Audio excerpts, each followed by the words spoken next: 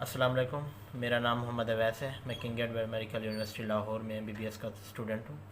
आज हम आपको अपर लिम्ब की गाइडेंस देने जा रहे हैं कि आपने अपर लिम्ब को स्टेज के लिए कैसे तैयार करना है और आपने अपर लिम्ब को अपने प्रॉफ के लिए कैसे तैयार करना है। हमारे पास जो अपर लिम्ब है इसमें कोई हमारे पास कुल 11 तक हमें यहाँ चैप्टर नज़र आ रहे हैं।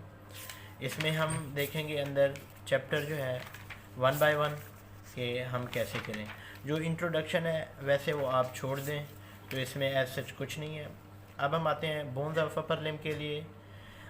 बोन्स ऑफ जो अपर लिम्ब है वैसे ये मोस्टली जो है हमारे प्रॉफ के वाइवा के लिए या स्टेज के वाइवा के लिए होती हैं। इसमें से बहुत ही कम ऐसे क्लिनिकल हैं, एक दो क्लिनिकल हैं जो में भी आ सकते हैं आपके रिटर्न में, वगरना एज सच बोन जो है वो हमारे प्रॉफ में और हमारी स्टेज में ये उसके लिए आती है, वाइवा के लिए आती हैं। ये जो है इसमें आपने बोन्स में एक दो आपने बोनी फीचर करनी होती हैं और उसके बाद आपने उन पे मसल की अटैचमेंट करनी होती है। मोस्टली होता ये है कि जो प्रॉफ के वाइवा में हमारी यूनिवर्सिटी में जो है वो जो एक्सटर्नल होता है या इंटरनल होता है वो आपको बोन दे देता है और आपको एक साथ चाक भी देता है, जिसके साथ आपने वो और आपको कहता है कि फॉर एग्जांपल आपको रेडियस देता है और कहता है कि रेडियस के जो है हेड की या मुझे बताओ यहाँ कौन कौन सी ओरिजिन है, इंसर्शन है या इसके क्या अटैचमेंट है। तो आपने उसी चाक के ज़रिए वो करनी होती है, अटैचमेंट्स बतानी होती हैं, ओरिजिन बताना होता है, इंसर्शन बताना होता है और इस तरह वो आपसे फिर यही चीज़ें सुनते हैं जो आपने चाकिंग की होती है। और उसके बाद हम आते हैं इसकी क्लिनिकल की तरफ। आपने बोनी फीचर, ओरिजिन और इंसर्शन ये खुद करने हैं और अब हम आपको बताते हैं कि इनमें से क्लिनिकल कौन से इंपॉर्टेंट है जो आपसे वाइवा में या आपके रिटर्न में आ सकते हैं। तो ये देखें, ये हमारे पास है कोलिस फ्रैक्चर और स्मिथ फ्रैक्चर। इसमें आपको डिफरेंस आ सकता है कि अगर ये जो रेडियस है अगर ये इसका डिस्टल एंड फ्रैक्चर होके अगर अपवर्ड डिस्प्लेसमेंट करे तो इसको कोलिस फ्रैक्चर कहते हैं, अगर डाउनवर्ड डिस्प्लेसमेंट करे तो इसको स्मिथ फ्रैक्चर कहते हैं। और उसके बाद हमारे पास है पुल्ड एल्बो। इसमें यह है कि जो हमारे पास रेडियस का हेड होता है अगर ये जो है पुल की वजह से एनुलर लिगामेंट से जो है डिसलोकेट हो जाए तो इसको हम कहते हैं पुल्ड एल्बो। और ये तीन क्लिनिकल आपके लिए कोलिस फ्रैक्चर, स्मिथ फ्रैक्चर और पुल्ड एल्बो ये इंपॉर्टेंट है। ये आ सकते हैं यानी आपके रिटर्न में भी और आपके एमसीक्यूज में भी आ सकते हैं कि ये क्या चीज़ें हैं। उसके बाद हम दूसरा जो है आपका जो इम्पोर्टेंट क्लिनिकल है वो ये है कि स्केफाइड जो है ना, ये स्केफाइड बोन है। स्केफाइड की जो है इसको अगर इस तरह हो कि टू टाइप्स ऑफ इसकी आर्टेरियल सप्लाई होती है कि अगर इसको एक ही न्यूट्रिएंट सप्लाई कर रही है, न्यूट्रिएंट आर्टरी सप्लाई कर रही है, ये दो न्यूट्रिएंट आर्टरी सप्लाई कर रही है। अगर जो है एक न्यूट्रिएंट आर्टरी सप्लाई कर रही है और दरमियान में यहाँ फ्रैक्चर हो जिस तरह ये दिखाया जा रहा है, तो क्योंकि यहाँ दरमियान में फ्रैक्चर होने से जो दूसरा सेगमेंट है इसकी ब्लड सप्लाई कट हो जाएगी और इसका नुकसान क्या होगा कि ये इस हिस्से की नेक्रोसिस हो जाएगी। अगर इन दोनों की अलग-अलग ब्लड सप्लाई है तो दरमियान में अगर कोई फ्रैक्चर भी है तो इस दोनों हिस्से की नेक्रोसिस नहीं होगी, ये आपसे पूछ सकते हैं। और दूसरा ये जो आपकी ये वाली फिगर है, ये जो कार्पल टनल सिंड्रोम है, आपको हम आगे बताएंगे कार्पल टनल सिंड्रोम और क्यूबिटल टनल सिंड्रोम में क्या फ़र्क है, लेकिन मैं आपको इधर ये बताना लगाऊं कि ये एक आर्च है जो स्केफाइड, ल्यूनेट और ट्राइक्वेट्रल बोन बनाती है।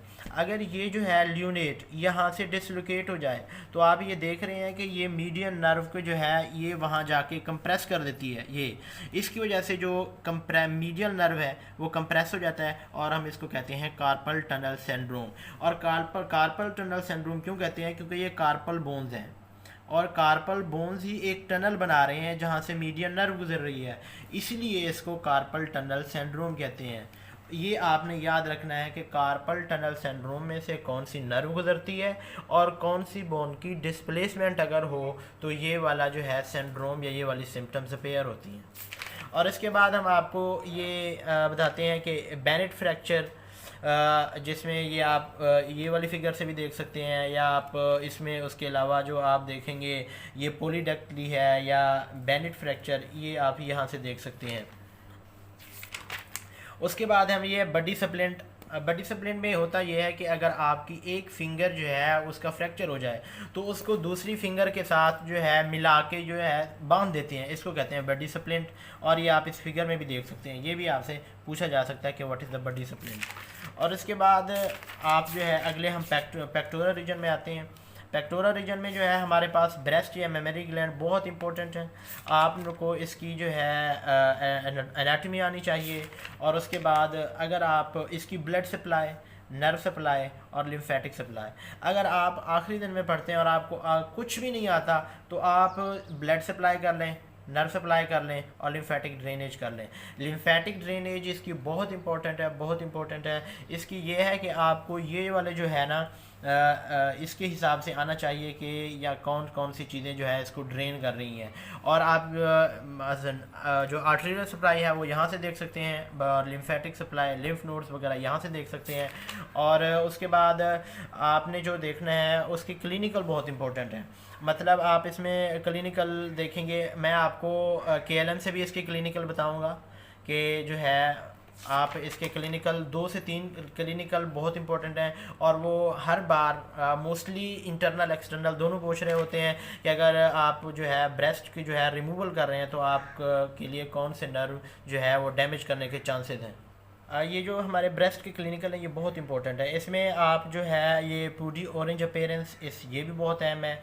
और आप ये जो है कैंसर सेल जो होते हैं ना, ये सस्पेंसरी लिगामेंट को जो इनफिल्ट्रेट कहते हैं, यानी इसकी जो फिब्रोसिस करते हैं, ये भी बहुत अहम है। उसके बाद हम जो है ये भी देखते हैं कि जो ब्रेस्ट कैंसर है वो दूसरे आर्गन को कैसे जो है वो अफेक्ट करता है। आप देखें ये जो ब्रेस्ट कैंसर है अगर ऊपर जाएं तो ये सुप्राक्लेविकुलर लिम्फ नोड की तरफ जा रहा है, अगर नीचे आए तो ये लीवर की तरफ जा रहा है, ओवरी की तरफ जा रहा है और फीमर की तरफ आ रहा है। और इससे आगे ये जो है ना ये ब्रेन तक भी जाता है। तो इसलिए ये जो है ना आपसे पूछा जाएगा कि जो है जो आपके पास अगर ब्रेस्ट कैंसर है तो वो कहाँ कहाँ तक जा सकता है, तो ये आपने याद करना है। और आपसे जो है ये वर्टिब्रल सिस्टम ऑफ वेन्स भी पूछा जाता है कि ये कैसे ब्रेन को है कैसे जाएगा, तो आप कहेंगे कि जो वर्टिब्रल सिस्टम ऑफ वेन है वहाँ से जाएगा। और उसके बाद आपके लिए जो इम्पोर्टेंट है आप ये वाली टेबल करें, पेक्टोरालिस मेजर और माइनर, इसकी ओरिजिन, इंसर्शन और इसकी जो है नर्व सप्लाई और एक्शन। और आप ये देखें ये पेक मेजर जो है ना ये क्लाइंबिंग मसल है, यानी अगर इससे जो है अगर ये इसका डैमेज हो जाए तो इंसान जो है क्लाइंबिंग नहीं कर सकता, किसी चीज़ पे चढ़ नहीं सकता। तो इसके अलावा हम आपको ये भी ओरिजिन इंसर्शन इस टेबल में दिया हुआ है, अगर आप जो है यहाँ से भी करना चाहें तो यहाँ से भी कर सकते हैं। और इसके साथ साथ जो है सिरेटिस एंटीरियर, ये भी बहुत इंपॉर्टेंट मसल है। इसमें हम देखेंगे कि अगर सिरेटिस एंटीरियर है जो कि लॉन्ग थोरेसिक नर्व है उससे ये सप्लाई किया जाता है। और अगर ये जो है ना इसका नर्व सप्लाई कट हो जाए यानी ख़त्म हो जाए तो ये जो सिरेटिस एंटीरियर है ये विंगिंग ऑफ स्कैपुला होता है, उसमें विंगिंग ऑफ स्कैपुला हो जाता है इंसान। ये हमारा जो है अब हमने अपर लिम्ब का जो है एक्जिला पेक्टोरल रीजन से पहले तक कर लिया है। इसके बाद हम एक्जिला जो है अपने नेक्स्ट वीडियो में देखेंगे।